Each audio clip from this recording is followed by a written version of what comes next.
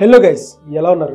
మనం ప్రతిరోజు తీసుకునే డెసిషన్స్, జీవితంలో ఎదురయ్యే కొన్ని టర్నింగ్ పాయింట్స్, అలాగే హడ్డిల్స్ ఇవి ఎక్కడో ఒక చోట ఆస్ట్రాలజీతో లింక్ అయ్యి ఉన్నాయని చెప్పి మనందరం అనుకుంటూ ఉంటాం. ఆస్ట్రాలజీ అంటే కేవలం స్టార్స్, ప్లానెట్స్ గురించే కాదు, ఇది మన డే టు డే లైఫ్ మీద కూడా ఎన్నో ఇంపాక్ట్స్ చూపిస్తుంది.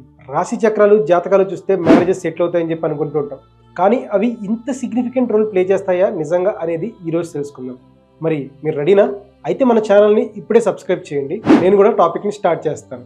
అసలు ఆస్ట్రాలజీ అంటే ఏంటో, ఇది మన డైలీ లైఫ్ మీద ఎలాంటి ఇన్ఫ్లుయెన్స్ చూపిస్తుందో మాట్లాడుకుంటే, మనం పుట్టిన టైం అండ్ డేట్ ప్రకారం గ్రహాలు మన ఫ్యూచర్ని షేప్ చేస్తాయా, లేదా మన ఫ్యూచర్ని డిసైడ్ చేస్తాయా, అసలు ఈ రాశులు ఏంటి, వాటి రీడింగ్స్ ఏంటి, ఇవి ఎలా వర్క్ చేస్తాయి అన్న బేసిక్ డీటెయిల్స్ ఈ సెక్షన్లో నేను ఎక్స్ప్లెయిన్ చేస్తాను.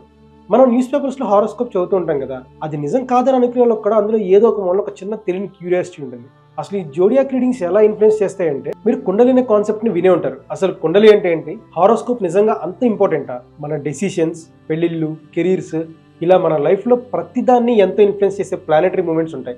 మరి వీటిలో అసలు కుండలి ప్రాముఖ్యత ఏంటి? అసలు ఎందుకు దీన్ని పెళ్లికి ముందు, చదువుకు ముందు, జాబ్స్ అండ్ బిజినెస్ కి ముందు చెక్ చేయాలి? నిజంగా అంత అవసరం ఉందా? కుండలిలో కనబడే సింబల్స్ ఏంటి, వాటి ఇంపార్టెన్స్ ఏంటి, రాశులు, నక్షత్రాలు ఎంతవరకు మన ఫ్యూచర్ ని ప్రిడిక్ట్ చేస్తాయి? ఇలాంటి విషయాలన్నీ మనందరికీ చాలా ఎక్సైటింగ్ అండ్ ఇంట్రెస్టింగ్ అనిపిస్తూ ఉంటాయి. ఎస్పెషల్లీ మనందరికీ పెళ్లి విషయాల్లో జాతకాలు చూస్తారు కదా, అవంటే చాలా క్యూరియాసిటీ ఉంటుంది. మ్యారేజ్ అనేది ఇద్దరు మనుషుల మధ్య కేవలం రిలేషన్షిప్ మాత్రమే కాదు. ఎస్పెషల్లీ మన ఇండియన్ సొసైటీలో, ఫ్యామిలీలో పెద్దోళ్ళు జాతకాలు చెక్ చేయాలని చెప్పి చాలా సీరియస్గా ఇన్సిస్ట్ చేస్తుంటారు.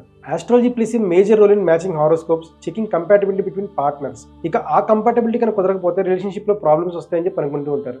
కొన్ని మ్యారేజెస్ ఫెయిల్ అవడానికి, డిస్టర్బెన్స్ ఉండడానికి ఆస్ట్రాలజీ చాలా పెద్ద రోల్ ప్లే చేస్తుందని చెప్పి కూడా అనుకుంటుంటారు.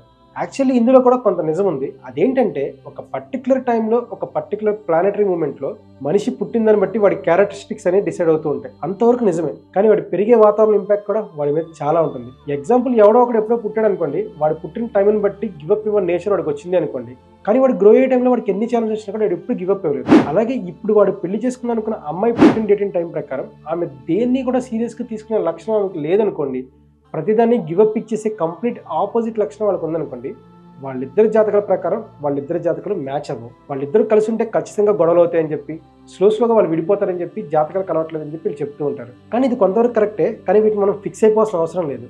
ఎందుకంటే జస్ట్ ఇమాజిన్, ఇప్పుడు ఆ అమ్మాయి అబ్బాయి లవ్ చేసుకుని, పెద్దవాళ్ళని ఎదిరించి పెళ్లి చేసుకుని లైఫ్ అంతా హ్యాపీగా ఉన్నారనుకోండి, అదేంటి ఇక్కడ మరి జాతకం ఏమైంది, ఎందుకు పనిచేయలేదు అని చెప్పి మీరు అనుకోవచ్చు. కానీ అసలు ఇక్కడ మ్యాటర్ ఏంటంటే, అమ్మాయి ఎదిగే ప్రాసెస్లో బై బర్త్ దేన్నైనా ఈజీగా గివప్ ఇచ్చే నేచర్ ఆ అమ్మాయికి ఉన్నప్పటికీ కూడా, తన లైఫ్లో తను చూసిన కొన్ని సిచ్యువేషన్స్ వలన తను గ్రాడ్యువల్గా తన నేచర్ని డెవలప్ చేసుకుంటూ వచ్చింది. స్లోగా ప్రతిదాన్ని గివప్ ఇచ్చే నేచర్ నుండి దేన్ని కూడా గివప్ ఇవ్వకుండా ఉండే స్ట్రాంగ్ నేచర్కి ఆమె షిఫ్ట్ అయిపోయింది. అక్కడ జాతకాలు కలవకపోవచ్చు, కానీ వాళ్ళు కలిసే ఉంటారు. ఎందుకంటే బర్త్ కన్నా కూడా బ్రాటప్ ఇక్కడ ఎక్కువ కీ రోల్ ప్లే చేసింది కాబట్టి. ఇప్పుడు నేను చెప్పింది పెళ్లి మ్యాటర్లో ఒక చిన్న ఎగ్జాంపుల్ మాత్రమే.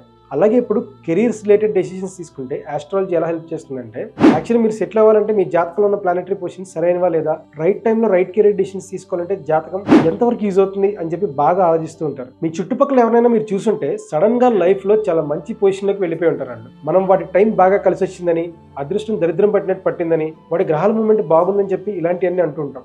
కానీ నిజానికి మన జాతకం ఎంత బాగున్నా కూడా మనకు అలా ర్యాపిడ్ గ్రోత్ ఊరికే రాదు, ఎక్కడో ఒకరికి తప్ప. సరే, కాసేపు జాతకం పరంగా మీ టైం చాలా బాగా నడుస్తుంది అనుకున్నాం, మీకు కోట్ల రూపాయలు వచ్చే బిజినెస్ ఆపర్చునిటీ వచ్చింది అనుకున్నాం, మీరు దాన్ని హ్యాండిల్ చేయలేక ఆ బిజినెస్ని లాస్ అయ్యారు అనుకున్నాం. నిజానికి జాతకం పరంగా మీకు సూపర్ టైం నడుస్తుంది కదా, మరి మీరు ఎందుకు లాస్ అయ్యారు? ఇలాంటి టైంలోనే మీకు కొన్ని థాట్స్ వస్తాయి, అమ్మో నా టైం బ్యాడ్ ఏమో అని చెప్పేసి. అసలు అలాంటి థాట్స్ రాకూడదు. ఎందుకంటే నిజానికి అలా లాస్ అవడమే మీ టైం బాగుండడం అని అర్థం. అది ఎలాగో చెప్తాను వినండి. ఆ ఫెయిల్యూర్స్ నుండి యాక్చువల్లీ మీరు బిజినెస్ ఎలా చేయాలని చాలా విషయాలు నేర్చుకుని ఉంటారు. మీకు చాలా వాల్యుబుల్ ఎక్స్పీరియన్స్ వచ్చింది ఆ ఫెయిల్యూర్ వల్ల. అప్పుడు మీరు మళ్ళీ ఆ బిజినెస్ని డెవలప్ చేయడం స్టార్ట్ చేశారనుకోండి, సరైన ఈసారి కూడా జాతకం చూపించుకుందాం అని చెప్పి అనుకున్నారనుకోండి, జస్ట్ ఇమాజిన్ ఈసారి మీకు బ్యాడ్ టైం నడుస్తుంది అనుకుందాం, అయినా కూడా మీరు ఏదైతే అది ఎంజాయ్ అని చెప్పేసి ఆ బిజినెస్ని మళ్ళీ రీస్టార్ట్ చేశారు. కానీ ఈసారి కోట్లు సంపాదిస్తారు. ఎందుకంటే మీరు ఆల్రెడీ లాస్ట్ టైం ఫెయిల్ అయినప్పుడు చాలా విషయాలు నేర్చుకున్నారు కాబట్టి. కాకపోతే మీరు ఆలోచించండి, ఈసారి మీ జాతకం అంత బాగాలేదు కదా, అయినా కూడా మీకు ఎందుకు అంత మంచి సక్సెస్ వచ్చింది? ఎందుకంటే మీరు ఛాలెంజెస్ని ఫేస్ చేయడానికి ప్రిపేర్డ్గా ఉన్నారు కాబట్టి. అందుకే ఈవెన్ మీకు బ్యాడ్ టైం నడుస్తున్నా కూడా లాభాలు వచ్చాయి. నేనేం చెప్పాలనుకుంటున్నానంటే, మీరు రెడీగా లేకపోతే లైఫ్లో ఎంత పెద్ద లక్ మీకు వచ్చినా, మీ జాతకం అద్భుతంగా ఉన్నా మీరేం చేయలేరు. అదే మీరు రెడీగా ఉంటే, జాతకమే బాగాలేకున్నా కూడా మీరు లైఫ్లో ఎన్ని ఛాలెంజెస్ ఉన్నా వాటన్నిటిని ఎదుర్కొంటూ కూడా చాలా హ్యాపీగా ఉంటారు. అలాగే హెల్త్ ప్రాబ్లమ్స్ విషయంలో కూడా ఇండియాలో చాలా మంది జాతకాలని పిచ్చిగా నమ్ముతూ ఉంటారు. అసలు హెల్త్ ప్రాబ్లమ్స్ వచ్చే జాతకం వల్లనా? మీరు ఎందుకు హెల్త్ ప్రాబ్లమ్స్ ఫేస్ చేస్తున్నారు? అసలు ఆస్ట్రాలజీ ఇందులో ఏం రోల్ ప్లే చేస్తుంది? జాతకంలో ఉన్న దోషాలు రిమూవ్ చేస్తే హెల్త్ ఇష్యూస్ అన్ని సాల్వ్ అయిపోతాయి అంటారు. అది అసలు నిజమేనా? ఇలా జాతకాలు చెప్పేవాళ్ళు కూడా హెల్త్ రిలేటెడ్ సజెషన్స్ అన్ని కూడా ఇస్తుంటారు. యాక్చువల్లీ ట్రూత్ ఏంటంటే మీది ఏ రాశి అయినా కూడా, మీరు ఏ రాశిలో ఉన్నా కూడా specific food habits and life style వల్లే మీ హెల్త్ అనేది బెటర్ అవుతుంది. ఒక చిన్న లాజిక్ ఆలోచించండి. ఎక్కడో ఉన్న గ్రహాలే నీ హెల్త్ని డిసైడ్ చేస్తే నీ చేతిలో ఉన్న నీ లైఫ్ స్టైల్ అనేది నీ హెల్త్ని ఇంకెంత డిసైడ్ చేస్తుంది. బ్రో, నేను బాగా బిజీగా ఉంటాను బ్రో, నిద్రపోవడానికి కూడా సరిగ్గా టైం ఉండదు, హార్డ్లీ 4 గంటల నిద్ర మాత్రమే నాకు నిద్రపోవడం కుదురుతుంది బ్రో, దీనివల్ల హెల్త్ ఎఫెక్ట్ అవుతుంది కదా అని చెప్పి మీలో కొందరు అనుకోవచ్చు.